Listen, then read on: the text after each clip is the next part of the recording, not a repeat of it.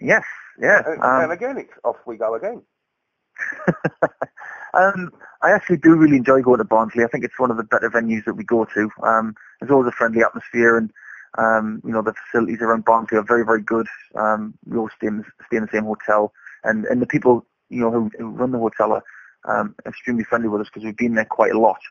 The one thing I did after the Bolton Sunday was I came home. I watched the final. Really, really happy for James. Extremely happy for Wes as well. Wes is a close friend of mine, and he obviously had his little baby boy Fraser a few days later. But from a personal perspective, I came home. I took stock for a couple of days. I didn't hit the practice board. I let my body rest a bit. I had some extremely good rest, and I did a little bit of gentle practice leading up to Barnsley. And going into that day, I felt extremely good. Hooked up with Peter Wright on the Saturday morning. We did our usual, first thing in the morning practice. And, I just felt really good from game one. And it's funny how you mentioned before of, somebody smiling down and looking at the draw. But my draw on the Saturday in Barnsley, in my opinion, something was going on there. I think there was a lesson that needed to be learned for me, and how to beat your friends. Because I played nearly all of my friends on the Saturday. It was quite ridiculous. I played Mark Webster, I played Mervyn King, I played Dave Chisnell, I played Peter Rice, and I played Louis Drundle, who lives very, very close to me. So I thought, what's going on here? And then I got Stevie Brown in the final, who, Steve and I are, two of the younger players on the Pro Tour who are trying to give this sport a wonderfully fresh reputation. And, I felt like I learned a lot in that particular day, but it wasn't easy because there were things that happened away from the board, which I won't go into. But another gritty day, and win number 3 for the season, which is something that I probably didn't anticipate at the beginning of the year. And it's also coming off the back of the Sunday win at Crawley, which is effectively 2 Pro Tour wins on the trot. And not many actually do that. Yeah, I didn't actually realise that until a little bit later, when my brother said, "You've won 2 in a row now." And I thought, oh, yeah, so I have. It's been a few weeks between the two, but obviously I've got a very good record at Crawley, and I think, when you have places that give you good memories, you tend to, walk in the room with your head held high, and, you've got that little bit of zip about you. I've always, played steadily at Barnsley, but I've never really broken through to a final. I made a semi-final there a couple of years ago, but I just had a feeling that day my name was on the win. There was a couple of guys who missed doubles against me, which was quite surprising. But I was lucky enough to take some chances and hang in there and give myself opportunities. Well, that's the thing. It seems to be you tend to win. When it comes to that, if it's a one-leg decider. Mm-hmm. You tend more than not to actually come out on top. And that's got to show something about an internal grit. Yeah, I think one of the reasons why I'm so good at that is because I used to play, local darts where it's a shorter format. And I kind of put myself in the position in those matches to say, well, if you were in a huge TV tournament or a Pro Tour match, if it's 5 each or 2-2, then it's basically a one-leg match. And, I've spoken to other professionals over the last few weeks and, talking about, when we're practicing in our own homes, just on our own, what we tend to do. I put myself under pressure by saying, if I play, a bunch of legs, I'll say to myself, if I don't hit this leg in 15 or less, then I've lost the leg. Mm-hmm. And more often than not, when you put yourself in that position, it has to be less than 15, otherwise you will not get a shot. Yes, I've seen that quite a few times on the Pro Tour down at Crawley. The standard is immense. Even on the guys that are going out in the first and second round, you see some cracking darts. Yeah, that's right. I watched Steve Brown against Nick Fulwell, for instance. And it really was an amazing game. Mm-hmm. Nick didn't miss a double, and on the last 3 legs, Steve went out in something like 12, 13, and 12. Yeah. It's just an amazing level, to get through. Yeah, I think there's obviously been a lot of new people joining the Pro Tour this year, and I think they're discovering just what strength and depth the PDC Pro Tour has. Nick is probably a very good example. Players like Prakash Jiwa, Nigel Hayden, You know, these guys who haven't had an amazing amount of TV time yet, these are the guys that, you know, people don't see on a regular basis, and they don't really know how good they are. Well, newsflash, these guys are wonderful dart players, and they're very, very hard to beat. And that's why, you know, it's great to have these Pro Tour wins under your belt, because, you know, you're constantly putting yourself at the top of the tree of over, you know, 100 dart players every time you win one. And that's extremely heartwarming. It really is. Yeah, it's an amazing atmosphere. It's very, it's sterile to a way, as there's no real noise around the place, and it's totally different to anything darts-wise I've experienced. But again, the standard is absolutely superb. You know, games there, if only they could put a stream up on one board from the semi-finals in, I think they've got a money. I think they've got a money maker there. Well, hopefully, you know, something like that will happen. And, you know, when we go to the continent to play Holland or Germany or Austria, they tend to play the semis and final on stage, which is, you know, great for the fans because they always sell out the arena.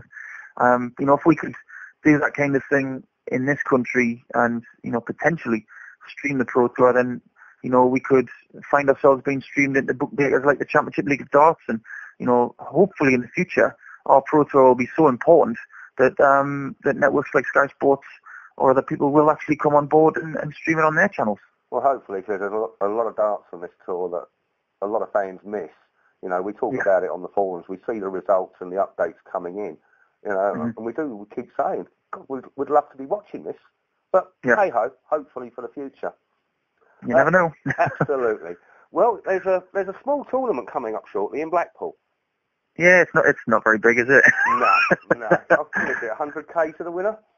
Yes, 100,000. I'm not sure what the total prize money is, somewhere around about the 400,000 mark. So, you know, 32 of the best players in the world going at it in what is probably the grandest of our venues. You know, just looking at it, it's just a wonderful place to play darts, and the acoustics and the atmosphere are incredible. So yeah, looking forward to it. How would you? Do you have any preparation plan for it, or are you just going to stick at what you do normally? To be honest with you, my preparation, I've had that plan for probably the last 10 days. I've literally just got home from doing some promotional stuff this weekend. I want to get some good quality sleep in my own bed for probably about 10 days, which will be very, very nice, instead of hotels all the time. I'm going to spend a bit of time with my little dog here. I'm going to do plenty of exercise, you know, get some nice quality practice in. I've just been in touch with Dave Chisnell about, you know, what we're going to do over the next couple of weeks leading into Blackpool. So we're going to get together on a regular basis. Hopefully going to get some time with Wes as well, depending on, you know, how tired he is with the baby. Yeah. Well, new babies are always bad news, I'm afraid. I can imagine so. Yeah. So hopefully, I mean, the practice that, you know, me and him could potentially do, it'll have to be quality time, and, you know, hopefully Stacey's going to be there to look after the baby. But, practice-wise, you know, I'm really looking forward. I've just been in touch with Unicorn about getting some, you know, like an equipment stock up. You know, working on shirts, little things like that. But preparation-wise, I just want to get myself fresh in body and mind and get the practice, you know, really cranked up. Yeah. I've got a tournament in Venice next week, adjacent to the Scottish Open Golf. The Poland Open is something that I've gone to before. You know, Motorsport Management myself have, you know, got an affiliation with the Portland Open, so we're going to go up there with, you know, Simon Whitlock, Andy Jenkins, Mark Webster, Rob Thornton. We're all going to go up there and, you know, begin our preparation for Blackpool, and, you know, hopefully, you know, hone our skills ready for the matches coming in the next couple of weeks. Well, best of luck for Blackpool, and hopefully afterwards we can catch up again and have a chat. That would be good. That'd be good. Yeah, it's going to be a crazy July, to be honest, because, you know, I haven't just got that preparation at the Portland Open, which everybody wants to win because the money's good. But, you know, the match plays on, and then, you know, directly after that, we've got to fly to Dusseldorf for the European Championships as well. Yeah, it's another biggie. You know, it seems to be there's one after the other at the moment. Yeah, then it will calm down, then it's Champions League of Darts, and then you get the run into Ali Pally. It seems everything happens, at, you know, from here on in. You know, there's a glut of darts, which is great for the fans. That's right. I mean, that's one of the reasons why I've taken, you know, this week off. I'm going to just do a light practice this week, and, you know, after the Europeans and the match play, I can guarantee that I'm probably going to be spent a bit, because I do plan on going far in both the tournaments, and I've got a couple of holidays planned in August. so I can refresh my body for the major challenges ahead later in the year, because between September and December there's just absolutely no break. That's right. It's totally frenetic. It just seems one after the other, doesn't it? Yeah. Right. There's been a bit of talk recently. I believe Wayne Mardle has suggested that alcohol should be banned in darts. Have you got any feelings on that yourself? I think I can definitely see where Wynn's coming from. We're at a period with our game where they're wanting to expand it even more, make it a lot more mainstream and get it recognised as a sport in the public's eyes. Because there are some kind of stigmas on what people actually perceive of darts. People still think back to the late 70s and the early 80s, and the image of the sport back then. It is a lot cleaner now, and everybody can see that. But to completely wipe away the alcohol element, it will be difficult. You could obviously do that with the players and all the venues and stuff like that, but there is an old saying that goes, you can take darts out of the pub, but you can't take the pub out of darts. And unfortunately, it's a very, very true statement, because a lot of the exhibition work that we do, a lot of where people start playing darts or where people continue to play darts, they're in pubs and social clubs. It's just part of the game. And to eradicate it completely, I believe, would be very, very difficult. But I can't see where Wynn's coming from. And I think, somewhere in the middle, I think there's a happy medium, and I think we could potentially find that in the coming seasons. Well, best of luck with that. I can't, as you say, I don't think you'll ever take the pub out of darts, but best of luck, and hopefully, there'll be a bit more mainstream recognition of the game as a whole. Good. It would be good. I mean, this sport, being the second most watched sport behind football in this country, it deserves it. And the popularity of not just the Premier League, but the majors that we have got now are just unprecedented. So, we hope to get the recognition that we deserve and make not just working class superstars out of our players now, but real sports heroes. And hopefully that will happen in the next few years. We watch this space, eh, Paul? Indeed. Well, Paul, again, thanks a lot for talking to us, mate. You're welcome. It's great to hear from you. Be great to catch up again after Blackpool, as we said. And again, best of luck for Blackpool, and obviously for what you're doing up until and after then. Wonderful, and thank you very much for all your support. You're welcome, sir. You take care. Yeah, will do. Cheers, pal. Take care. Good luck. Bye.